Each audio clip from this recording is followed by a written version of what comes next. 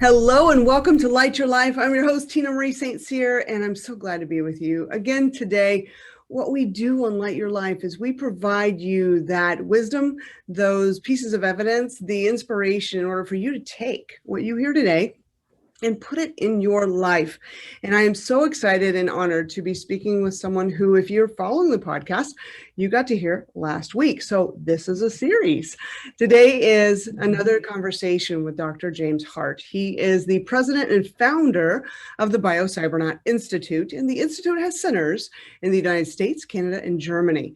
Biocybernaut offers 7-day intensive brainwave training programs.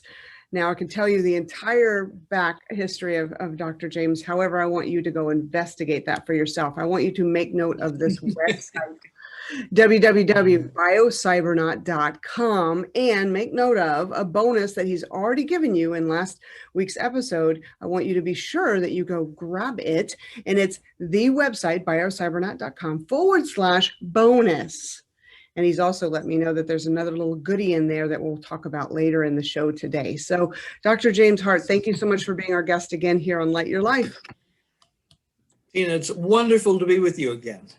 Yes, I just couldn't get enough. I couldn't get enough. I literally had so many more questions after our show. I made tons of notes and I dove into all your programs. I went onto YouTube, so I'm a little bit of a stalker now, and heard your backstory, your education, and it's just wonderful that you've committed your entire life, the 40 plus years, to training or understand the training of the brain so you can help us. So thank you.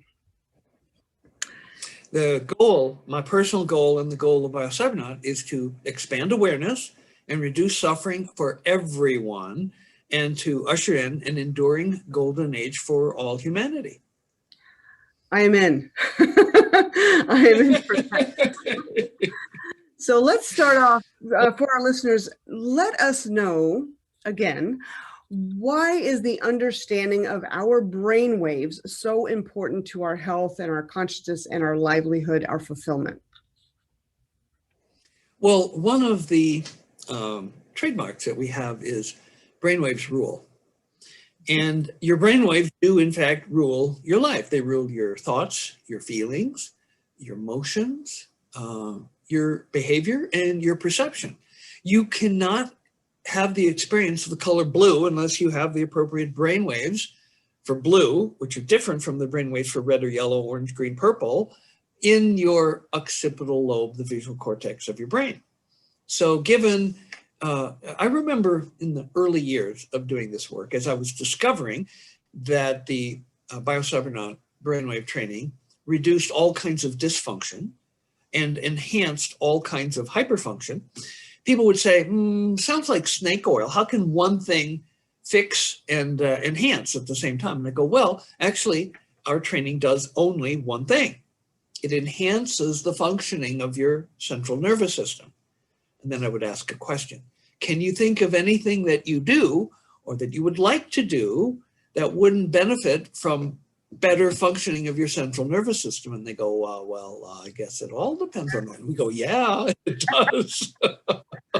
We started as a central nervous system. I don't think people understand that the cells that divide in the embryo become the spinal column, and then it becomes the brain. And then I think the first organ, technically, as they call them, would be the heart, but I call the brain the first organ. So our central nervous system is the be all end all of our being. Mm-hmm. Yes? Yep. Awesome. And that hasn't always been known. When the Egyptians did their famous embalming, they would very, very carefully preserve the heart, but they would throw away the brain. Whoa. Right. Was it just ugly? I mean, like, why did they do that? Well, what's this lump of stuff? It's too mushy. But they didn't have the understanding that we do. I mean, brain waves, the electrical activity in the brain, was not discovered until 1908. Wow. And the Austrian psychiatrist, Dr. Hans Berger, who made the discovery, was actually looking for electrical waves in the brain because one of his relatives had had a psychic experience. And he thought he might find something there, but he kept it a secret for 10 years while he did research on it. and then finally published in 1918, 10 years after the original discovery. So we haven't known about brainwaves for that long. Wow. And when did we start to divide out the understanding of the different types of brainwaves and their importance? Well, that's been a progression. Alpha waves were the first ones that were discovered, not because they were the fastest or the slowest, but because they were the biggest. And with the early, very primitive amplifiers that Dr. Hans Berger had available, he was only going to discover the biggest one. And he called it alpha because it was the first one. Alpha is the first letter of the Greek alphabet. But in the same way that if you pass sunlight through a prism, a quartz prism, you get a spectrum, goes from red, orange, yellow, green, teal, blue, indigo, violet. There's also a brain spectrum where the slowest waves, like the red color, would be delta. And then as you go up the brainwave spectrum, there is theta. Most people don't know about Schumann, which is in a 1 hertz gap between theta and alpha, but we know about it, we measure it. And then there's alpha, and above that in frequency is beta, and above that is gamma. And so the whole spectrum is encompassed in under 200 hertz. And so the continuous brainwaves, or the EEG stands for electroencephalogram, have only recently, evolutionary timescales, only very recently been discovered, and we're learning more every day. This is fascinating, absolutely fascinating.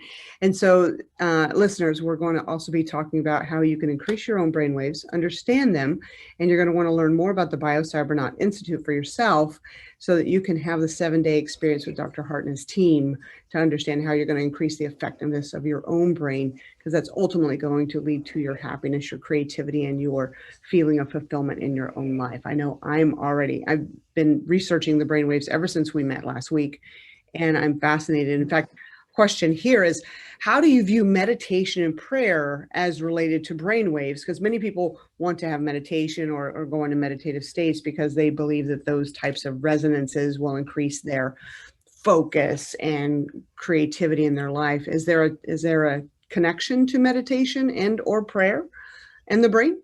Well, remember, brainwaves rule. Yes, they do. And any you have as a living human being, you have that experience only when you have the appropriate underlying pattern of brainwaves.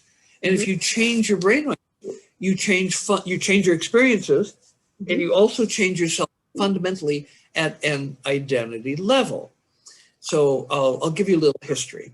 I was a grad student and then a assistant research psychologist at the Langley Porter Neuropsychiatric Institute, which is part of University of California, San Francisco. And I was working with Dr. Charles Yeager, a pioneer in EEG. He was so gifted, he could look at a 21-channel EEG recording and make accurate psychiatric diagnoses. Wow. Well, he introduced me to his brother-in-law, a man named John Fetzer, who was an early pioneer in broadcasting and who had created a $200 million foundation to study consciousness. And he was also a part owner of the Detroit Tigers. So one time when John Fetzer was in town, Dr. Yeager introduced me to his brother-in-law, who then invited me to attend a game in Oakland. The Oakland A's were playing the Detroit Tigers, and I got to sit in the owner's box. And he said, well, if you want to make a proposal, make a proposal. So I took little 4x6 note cards, and I drew pictures of a system I wanted to build. I wanted to build the world's first microcomputerized brainwave feedback and analyzer system. And I'd already built the world's best filters, but I needed the microprocessor. And they had just come available for public to purchase individual microprocessors. You had to like build them to circuit boards and stuff. And so John Fetzer loved the presentation on the 4x6 cards, and he made a grant of $2,000. And with that $2,000, I built the world's first microcomputerized brainwave feedback and analyzer. So 9 months later or so, he comes to visit to see what I did with his $2,000. And I put electrodes on his head, put him in the chamber, and started the alpha feedback. Well, only about 15 minutes went by and he's hollering. I go, oh my God, what's wrong?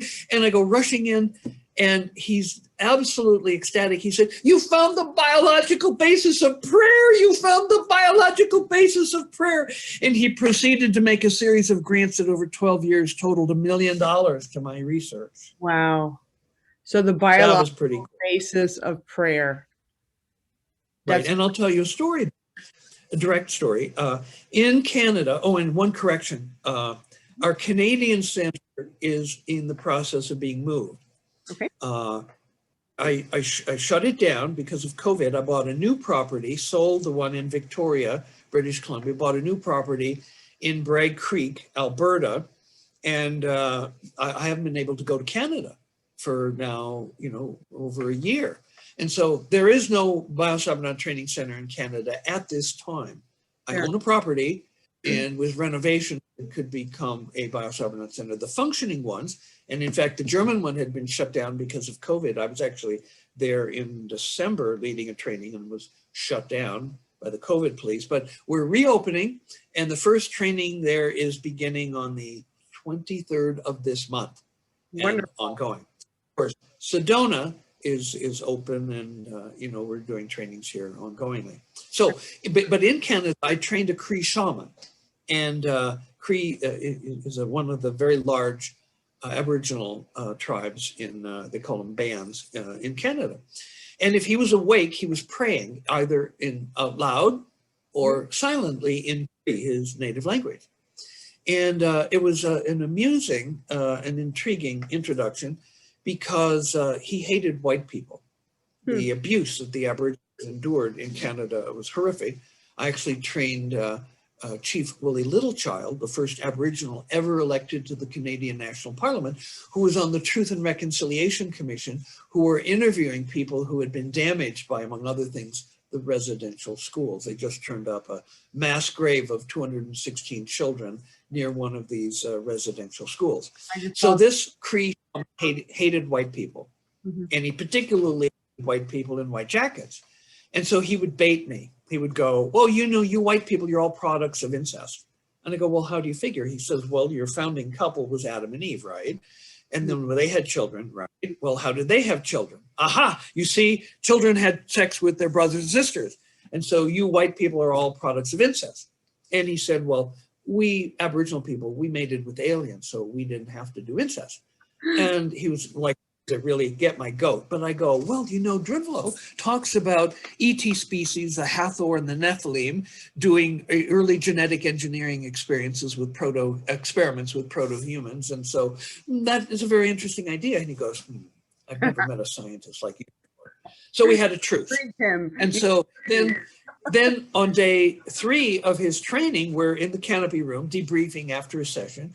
And he goes, Doc, certain parts of my prayer, the feedback tones were louder. And I go, oh, wow, that is so good. Because when you learn something that you can do to make the tones louder, or something that you can stop doing, like thinking, cognitive verbal thinking, if you stop that, your tones go up. When you find something you can do or stop doing that makes the tones go up, you're well on your way to mastery and learning control of your brainwaves. And so he sort of basked in that. And I said, well, could you tell me what was the difference when in those parts of your prayer where the tones were louder? He goes, oh, good question, let me think. And he thinks, and he goes, well, when the tones were louder, I had more authenticity in my prayer and I felt closer to Creator. Whoa. And I go, whoa, that is so wonderful. Another reference to prayer. Greater authenticity in prayer and higher alpha, and closer to God. And so we basked in for a while, and then I said, okay, I have a challenge for you for tomorrow. He goes, what's that, Doc? I said, I'd like you to see if you could bring that closeness to Creator and greater authenticity in your prayer to those parts of your prayer that didn't have it today. And his jaw drops and his eyes get big. And he goes, how is it that a white man can make me a better shaman? And so we were buds after that. He had some wonderful, wonderful experiences. Beautiful. I've also been to times with the technology. Then I just wanted to put, you were doing some healing then for him and his soul from the pain that he was carrying. Oh, absolutely. So thank you for that. Yeah, thank you for that. And India. Before we go there, since you talk about healing for his soul, I rarely share this part of the story with him, but he would report we have a 14-step forgiveness method that we teach people for the healing. And he would report whenever he would finish a forgiveness, there would be a breeze blow from the left side across his chest and up like this. Wow. Well, the chambers have a very, very, whisper quiet fan that gently changes the air. There's no breezes in the chamber, and he wouldn't feel it except when he was forgiving. Mm-hmm. At the end of a forgiveness, a breeze would blow from the left across his chest and up. And so by coincidence, the day after the training, I had a reading scheduled in the Akashic Records with one of my favorite readers. And I happened to ask about this.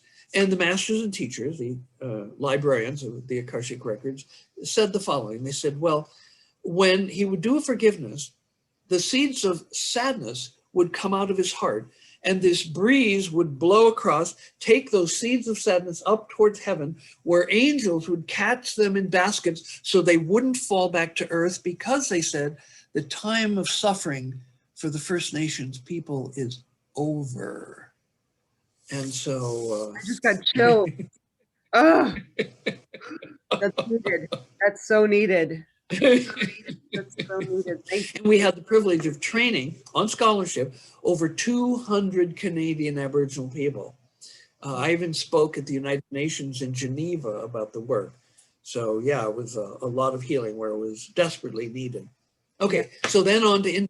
Several times I've taken the technology to India to measure brainwaves on the gurus, the yogis, and learned an enormous amount about brainwaves there. And also I've studied Zen masters and Zen monks. And so I know quite a bit about the brainwaves of meditation. And one classic study done in Japan by Kasamatsu and Harai, who are pillars of the Japanese scientific community, they wanted to study the brainwaves of Zen meditation. And so they went to Zen masters in the two main branches of Zen, Soto and Rinzai. It's like Christianity has two main branches, Protestant and Catholic. So Soto and Rinzai Zen masters were asked and gave permission. So the scientists, before they did the brainwave measurements, requested the Zen masters to rate the level of spiritual development of the monks, beginner, intermediate, and advanced. And they did that. And then they did the study. They measured brainwaves during the practice of Zazen. And what they found was the higher the rated level of spiritual development, the more alpha there was in the brainwaves. Wow. Nobody was rated advanced who had less than 21 years. The range was 21 to 40 years of Zen meditation were the advanced group. Mm-hmm. And the brainwaves in beginners, alpha increases at the back of the head only. And that usually takes about 6 years to progress to intermediate, where then the alpha increases at the back, but then spreads forward in the head. And that takes to 21 years. And then starting at 21, nobody was rated advanced less than 21. Those two things happen. Alpha increased the back of the head, spread forward, but then the frequency would slow a little bit.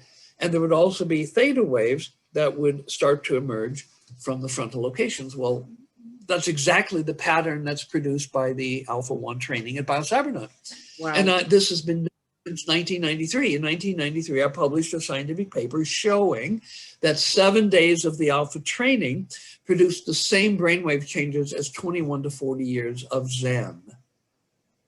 There's a piece of data for you. So, wow, 21 years pulled into 7. That is fascinating. Absolutely fascinating. And I know I meditate. Technology speeds things up. Yeah, I love meditating, and there's been different experiences that I've had where, I've had some out-of-body experiences, and I've never known what in my life also contributed to even reaching that point versus just staying consistent. I would keep consistent the time of day, the prayers, like I say the Gayatri mantra, different things of that nature. And yet I was bound to know that there were other things in my influence, such as what I'm eating, what I'm drinking, the supplementation, who I'm around. So I was hoping to ask those types of questions. So for people that are interested in their brain waves increasing, these alpha waves, and then even higher into theta waves, do foods, do supplements, does water intake affect, we'd have to think it does affect the brain. Where do we start on that Well, conversation? well, you went through quite a list of things, who you were around, what you ate, your sleep, all of that. And remember, brainwaves rule. Mhm. And so anything that is going to positively affect your brainwaves is going to positively affect your state of consciousness, because brainwaves rule. And any experience that you have, whether it's out of body, and this is actually fairly common in Biocybernaut trainings, it often starts where people will report that they felt light in the chair, but when they looked at it or noticed it, it went away. So then we coach them, well, don't put your attention on it. Notice it only out of the corner of your mind's eye, and then it'll be able to come further. But it depends on your brainwaves, absolutely. And there's a whole range of things that people can do. Of course, getting enough sleep is essential. And it's important to avoid the alpha killers, caffeine, nicotine, alcohol, onions, garlic, Onions and and everything in the onion family. Yeah, everything in the onion family, which includes leeks and scallions and shallots and chives. And I think there's one more. there was Anyway. a study. I found a study this last week in researching that, where this flight school for the military, an instructor told his men, you cannot eat garlic or onions 2 days prior to going on a mission. And because it would, Yeah, you don't want somebody with $100 million plane with, bad brainwaves because of having garlic on their pizza. so for the military to say you can't have it, there's, because people want to look at where's the evidence of this, and the human mind, I know this, will want to refute science and go prove it to me, right? And so it's a chemical response within that type of family of vegetable, the onions, and that family that impedes brainwaves, correct? They have a sulfur-containing compound that crosses the blood-brain barrier, reduces your alpha activity, and increases your reaction time. And again, if you're flying a $100 million airplane, you don't want your reaction time to be slowed down. You don't want to crash that baby. Not at all, not at all. What other foods assist in our alpha brain waves? Have you Ask the question again? What foods can we ingest that assist in production of alpha brainwaves? Well, there are foods and supplements. And so I've actually, I keep, records and files on this. There are some supplements that I personally take every day, like, for example, this one, which What is that? Bacopa. Bacopa? Bacopa. Yes. Yeah. And I know that Tibetan monks are, famous for taking it. There's another supplement which is called Prevagen, which has very good research on it. But we have on our website, the biocybernaut.com/bonus, where you can go and sign up. Before I came on the show with you today, I talked to my marketing team, and one of the questions there, how did you hear about us? And there's options, like recently I was on Coast to Coast. Also, there's podcasts and social media, friends and internet searches and other, but none of these allow you to type anything in. So I asked my team to modify that so people could add, a couple hundred characters. So they could say Tina Marie Show, and then make a dash and say supplements, because when people go there, yes, you can get a free copy of my book, The Art of Smart Thinking. And if you put in supplements, we will email you a list of articles that, you can. Now, there are various reasons to take supplements. And let me list some of those. I love this. Some of them, things that you want to avoid, like say you want to enhance your meditation. Mm-hmm. Obviously, you avoid onions and all the members of the onion family, plus garlic, nicotine, caffeine, alcohol. And, you know, in India, the Brahmins are forbidden to eat garlic. It's understood to promote a rajasic temperament, which is an egoic mind agitation state. Yeah, they're And in Rajaj, yeah, get the anger and get triggered. Yeah. absolutely. What you want for meditation is more sattva or enlightenment. And you also want to avoid tamas, which is ignorance and inertia. And so Queen Elizabeth doesn't allow garlic in Buckingham Palace. And so when I tell people that garlic and onions promote agitation, I've had garlic committed people say, that's not true. Garlic doesn't do that. It doesn't make me agitated. And they go like that. And I go, quote, errata Just proved your point. Really? Tell you what, don't eat garlic for 30 days and then come back and tell me. Absolutely. Yeah. Yeah. Well, one of the famous Indian chiefs that I trained in Canada, Chief Willie Buffalo, Chief Victor Buffalo, was head of the 4 Cree tribes at Hobbema, a big reserve outside Edmonton, Alberta. And after he had done his Alpha 4 training, he came to me with a confession and he said, hey, Doc, I want to offer a confession. I go, Chief, what's that? He said, well, I eliminated onions and garlic as you suggested for my Alpha 1, but afterwards I went back to eating them. When I came back and did my Alpha 2, I again eliminated onions and garlic. And this time after my Alpha 2 training, I did not go back to eating onions and garlic because I could feel what it was costing me. And so as people rise in their consciousness, they become more aware of disturbances in the force. Yes, I love this. Whereas a muggle, you know, will chow down on their, you know, onion rings and, you know, their garlic pizza and not notice how it's keeping them in muggle mind. Muggle mind. Well, I'll let you know this last week since we spoke, my consciousness around how many onions and garlic had been in my diet prior is amazing. Yep. I live in Texas. There's pico de gallo on everything. Onions are like a staple food in breakfast, lunch, and dinner. And so I made a very conscious choice to not have onions or garlic, trying new flavors for my food. And well, I can suggest something as a good alternative for onions. You can use a combination of cumin, ground mustard, and ginger.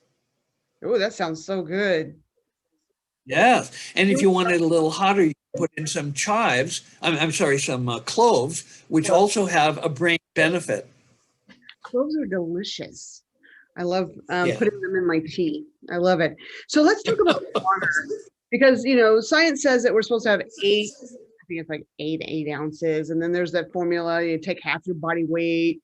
So what's the truth for the brain? What do we need in water and hydration to have a premium operating brain? Well, of course, there are many factors. And one of them is what's the humidity where you live. If you live in a tropical rainforest and the humidity is 98% most of the time, that's different than if you live in a desert where the humidity is 6%. I mean, just by breathing, you're going to lose more moisture.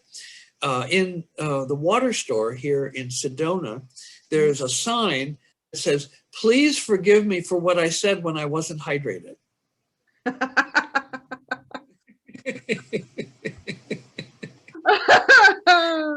I need that. That's a t-shirt. I need that one. So I also want to talk about some supplements. Now, these are articles that I will send.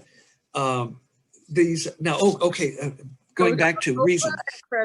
You want to take some supplements if you're wanting to, for example, enhance your intelligence or your memory, or you want to calm your mind in order for meditation, or maybe it's an older person who's suffering mental decline, or maybe it's a child with ADHD. There are many different reasons. A supplement that would be helpful for a child with ADD or ADHD is not a good idea for a teen or a college student or an adult that does not have ADHD.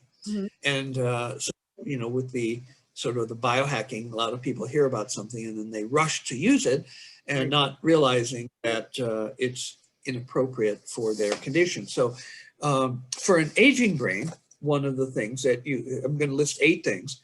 One is cocoa flavonols, which are found in cocoa beans, dark chocolate. Now, you do not want to have milk chocolate. It's very important because the calcium in milk essentially undoes all of the good that is done to you by the flavonols, which are in dark chocolate. So dark chocolate does not contain any dairy. If you see any dairy in it, don't buy it. And then there are the omega-3 fatty acids. Now, I'll give you some of the sources: salmon, bluefish, anchovies, herring, mackerel, sardines, sturgeon, lake trout, tuna, but I don't recommend tuna because it's so high in mercury, which destroys brain function. Walnuts, which are very good, chia seeds, also high in omega-3 fatty acids, but I don't recommend them, are flaxseed oil, canola oil, and soybean oil. Soybeans feminize men, and flaxseed also reduces testosterone. Then we have phosphatidylserine and phosphatidic acid, and you can, ideally get those in supplements, although first found in soy lecithin, and then of course walnuts. Acetylcholine. Acetylcholine is a very important. It's not easy to get it in foods, and so I would recommend that in supplements. But among the benefits, mechanisms of acetylcholine are the preservation of cardiolipid, sphingomyelin, arachidonic acid, contents of phosphatidylcholine and phosphatidylethylamine, restoration of phosphatidylcholine, stimulation of glutathione synthesis, the lowering of glutamate concentrations and preventing glutamate excitotoxicity, rescuing mitochondrial function, thereby preventing oxidative damage and onset of neural apoptosis, the synthesis of myelin, leading to improvement in neural membrane integrity, and improving acetylcholine synthesis, and thereby reducing the effects of mental stress and preventing endothelial dysfunction. And so acetylcholine is best obtained through supplements. And then magnesium. Yeah. Yes. If acetylcholine isn't accessible or sourced through foods, is it something that the body produces naturally if it had the right nutrients? How does it come into being in our being? Yeah, foods are not a good source. Many people take supplements, Okay. and it's well documented for neurological health benefits. Beautiful. And so you can go online, acetylcholine, Citicoline, acetylcholine, and it's a very useful. Then some other things that are beneficial. There's a class of chemicals called neurotropics, and we've all experienced how fact checkers, so-called fact checkers, will poo-poo things that we know to be true. Well, and it's the same in neurotropics. For example, Barry Gordon, who's an MD and the director of neurology and neuropsychology at Johns Hopkins, said there's no strong evidence that any of the supplements now being sold for their supposed memory boosting powers are helpful. However, Chris D'Amato, Director of Research and Education at University of Maryland's Center for Integrative Medicine, he has a different opinion. He doesn't think nutrients will give you superhuman mental abilities, but he does believe they have the potential to offer some people an edge. And he goes on to say, and this is, I think, really good advice, most people seeking to optimize cognitive function would be better off focusing on getting enough sleep, eating a nutrients diet, and managing their stress. But once you have those basics down, the right neurotropics might serve as a bonus, helping you to think more clearly or sharply and reduce your chances of cognitive decline as you age. One of my favorite neuropathic doctors, Karen von Mervelt-Guevara, said that you cannot supplement your way out of a bad lifestyle.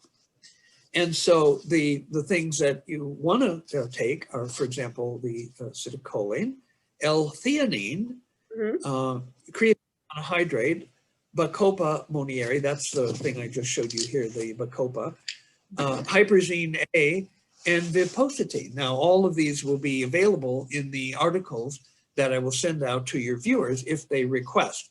Right. There's also pracetam, such as pracetam. They're another type of neurotropic. They've been studied in older adults who have a decline in thinking skills, but he doesn't recommend them for most younger, healthy people. Another type of prescription nootropic is modafinil, known as Provigil. It's an FDA-approved drug to treat narcolepsy and sleep apnea, and for people who have shift work disorder. Right. However, some studies suggested it may help with learning and memory in healthy people. Modafinil appears to be safer than other types of stimulants, but they add more research is needed. And so among the things that I take daily are the Bacopa and also L-theanine. And so the best way to get L-theanine is green tea, because green tea contains both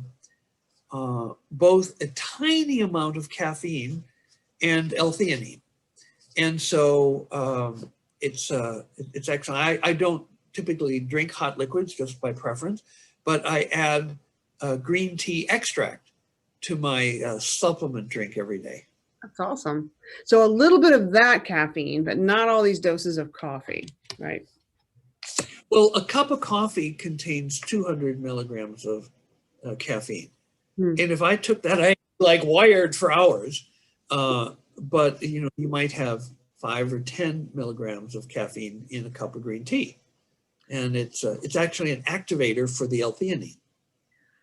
I love that. I know that a number of people, whenever they're having difficulty focusing, they go to an MD and they get prescribed things like Adderall and Vyvanse. And then in, the research that I've seen, at least online, I'm not doing research inside of, like PubMed and things of that nature, but the research that I've seen is that it actually disrupts the brain and, increases its need for that drug for focus. What have you seen in your studies with those types of stimulant drugs? Well, I avoid them. Now, we give guidance to people to eliminate all non-prescription medications before they come for training. If they want to eliminate any of their prescription medications, we tell them they must do so with the advice and consent and guidance of the prescribing physician. The principal thing that we're trying to avoid are drugs that pin your arousal level at a particular level, either raising it like caffeine or depressing it like, some calming drugs, drugs that would calm people down. And so it's important because your amount of alpha varies in an inverted U-shaped function, arousal. And so if you are stressed and have high arousal, you need to relax. And when you relax and your arousal comes down, your alpha will go up. But if your arousal goes further down, then what will happen is that the alpha will come down further. So alpha is low at high arousal and low arousal. In the middle, there is your naturally occurring maximum alpha. And if you're taking a drug that pins your arousal in a certain level, it's going to deleteriously affect your ability to adjust your arousal levels to maximize your alpha. So any drug that affects your arousal, we ask you to get rid of. Fair enough. Unless it's prescription, and then do so only with your doctor's advice and consent. Of course. And there are these different levels of the brainwaves, the different megahertz of the brainwaves, they're occurring all the time. No. The brain doesn't do any megahertz. Okay, sorry. All are under 200 hertz. And the alpha is 8 cycles to 13 cycles per second. So they're very, very slow compared to, frequencies your cell phone communicates with. Okay. And so the one question I have there, I have another question, I'll get that in a second, is I've heard that certain brainwaves are more prevalent during waking times, your conscious mind, and then we've heard of the study sleep where it's your subconscious mind and your non-conscious mind. Do the alpha waves proliferate through both states of consciousness? Are we increasing also our other than conscious existence and understanding of life when we're sleeping and outside of consciousness? Those are big and deep questions. Let's bite off a few small pieces and chew them well. Alpha is where we start people. It's the biggest brainwave for most people, easiest to train. And most people have some alpha going all the time. It might be big, it might be medium, it might be small, but there's pretty much alpha going on all the time. So there's something to work with. That's not true of theta. Theta is binary, it's there or it's not there. And if somebody, like a precondition for doing a theta training is you must do at least one alpha. If you insist, you can do a theta training next, but your trainer may say, well, your theta came up a little in your alpha 1, but it'd probably be better if you do an alpha 2 or maybe even an alpha 3 before you go to theta, because each time you do an alpha training, your theta increases. That was one of the findings in the Zen monk study, that only in the advanced with 21 to 40 years of Zen practice, the deep into the meditation theta waves emerge from the frontal locations. And that happens faster than 21, 40 years.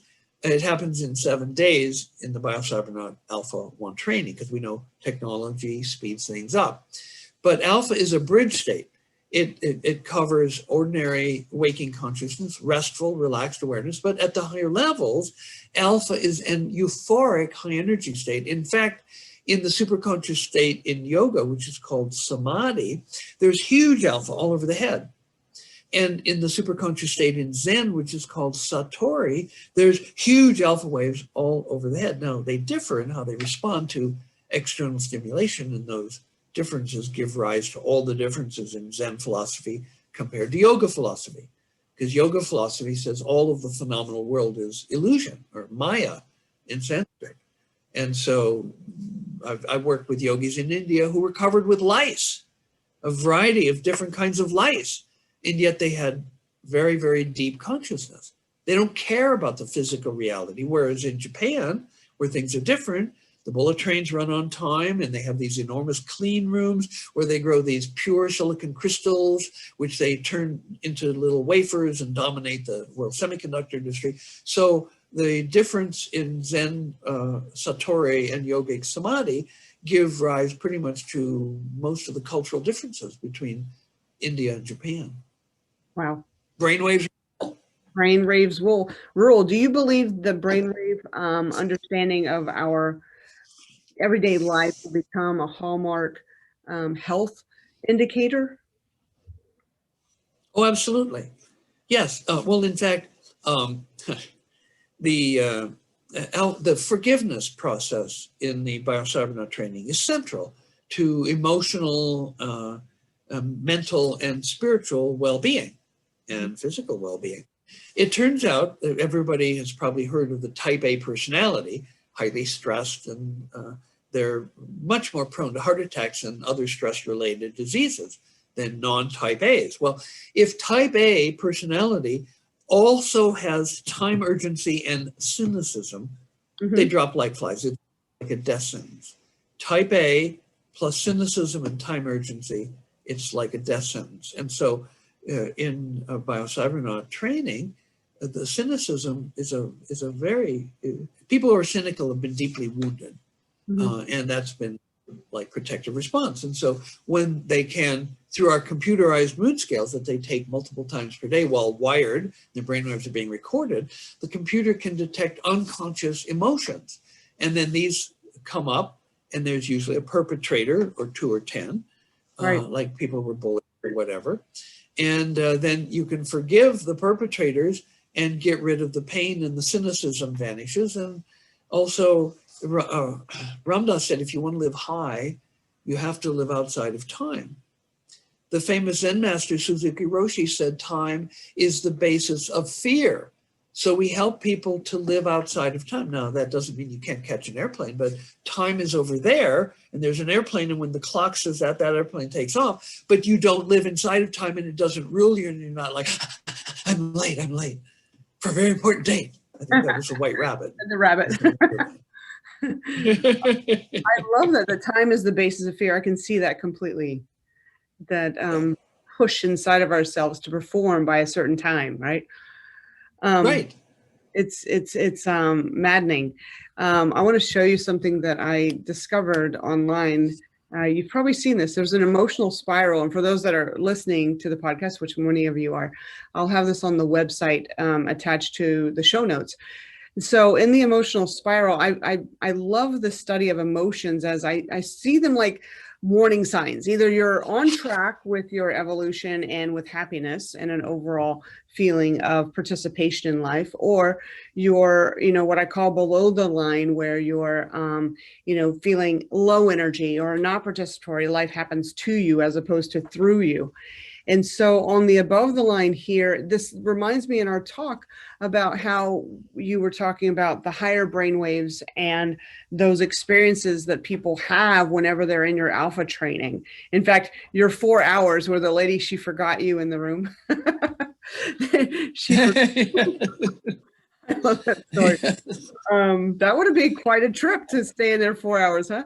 So below the line is where these lack of resourcefulness, lack of perspective is. Is that where we're talking about the alpha waves are not strong there? Would that be that, they're needing this training so much for people that are, One of the things that I discovered in 2006 was the 5 hindrances in Zen. It was the distillation of 1,000 years of Zen practice in Japan to come up with the 5 hindrances to spiritual growth and meditative progress. And they were doubt, drowsiness, distractibility and worry, aversion and any form of ill will, and boredom. Now you can see boredom there is just below the line. Right. And if you go down, you find doubt.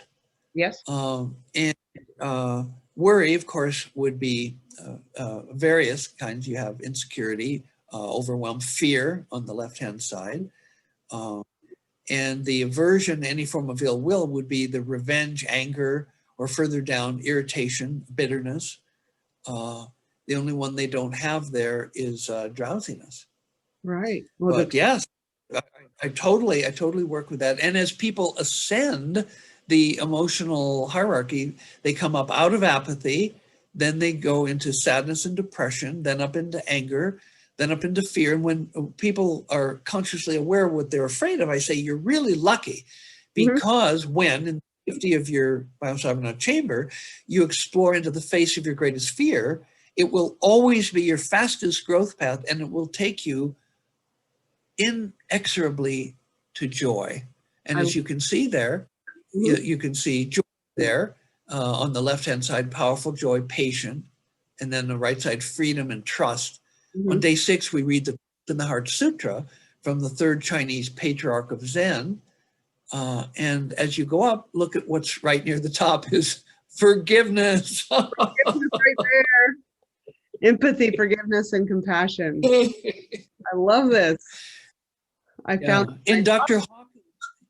Hawkins' scale, below 200, there's integrity. The 400s are the range of the intellect. He said Einstein made it to 499, didn't make it to 500, which is where love begins. 540 is where unconditional love begins. Whoa. Enlightenment begins at 600. He said Jesus in a body calibrated at 1,000. And when he personally was in his dark night of soul, a passing archangel sent him a healing thought, and he calibrated the archangel at 50,000. Wow. And so there are ways of, looking at the information contained in this emotional spiral, but clearly unconditional love is up there, way up there. Yeah. I wanted to show you that. I thought you'd like that. And I love Dr. Hawkins' work. I came into understanding or, resonance with his work in my early 20s, and I was very grateful. Oh, blessing. I have that understanding. So I want to read something. We touched on, you have memorized this. However, I have not yet memorized this. And because this is one of my favorite sayings and it is on my wall, I thought I would read it with you. For those that want. You want to read it together? Yes, that would be awesome. And so for those that have not All right. become familiar of the philosopher Goethe, spelled Goethe, Wolfgang von Goethe. This is one of my favorite quotes of all history. And so let's do this. Begin. Till one is Great. committed. Until one is committed, there is hesitancy, the chance to draw back, always in a concerning all acts of initiative and creation, there is one elementary truth, the ignorance of which kills countless ideas and splendid plans. And here's that truth, that the moment one definitely commits oneself, then providence moves too. A whole stream of events issues from the decision, raising in one's favor all manner of unforeseen incidents, meetings, and material assistance, which no man or woman could have dreamed would have come their way. Whatever you can do or dream, you can. Begin it. Boldness has genius, power, and magic in it. Begin it now. Completely. There's some. That was so lovely. Thank you for that. Thank you. You are welcome. Thank you for that. Thank you for that. So with that, I love our energy. I love the work that you're doing. You will see me in Sedona. I am committed. Looking forward to that moment. I'm looking, I know that, each one of us, if you're listening to this podcast, you know the importance of your consciousness and your other than consciousness as well. And another Buddhic understanding is that there's more emptiness than there is anything to fill it. And so to be aware and in love with the emptiness and the unknowing as much as we pursue the knowing is a beautiful human pursuit. So thank you so much for filling our minds with this understanding of your work at the Biocybernaut Institute. And thank you for the bonus. So www.biocybernaut.com/bonus, and then type in there where you heard this at Light Your Life and Tina Marie, and then supplements, put in there you want that supplement list, because Dr. Hardt definitely spouted them all off. And yes, we want to put these supplements into our understanding and fill our lives with things that are going to progress us even faster. And for the sake of having a full life, for the sake of being the vibratory nature of what humanity's needing right now. Not so much, for myself, I love success and I love achievement. However, it's to serve others. And thank you for your service to our world, Dr. Hardt. It's always a pleasure being with you. It is my great pleasure. Thank you. And until thank you for the great work. Thank you. Until next time, have a beautiful day. Thank you, everyone.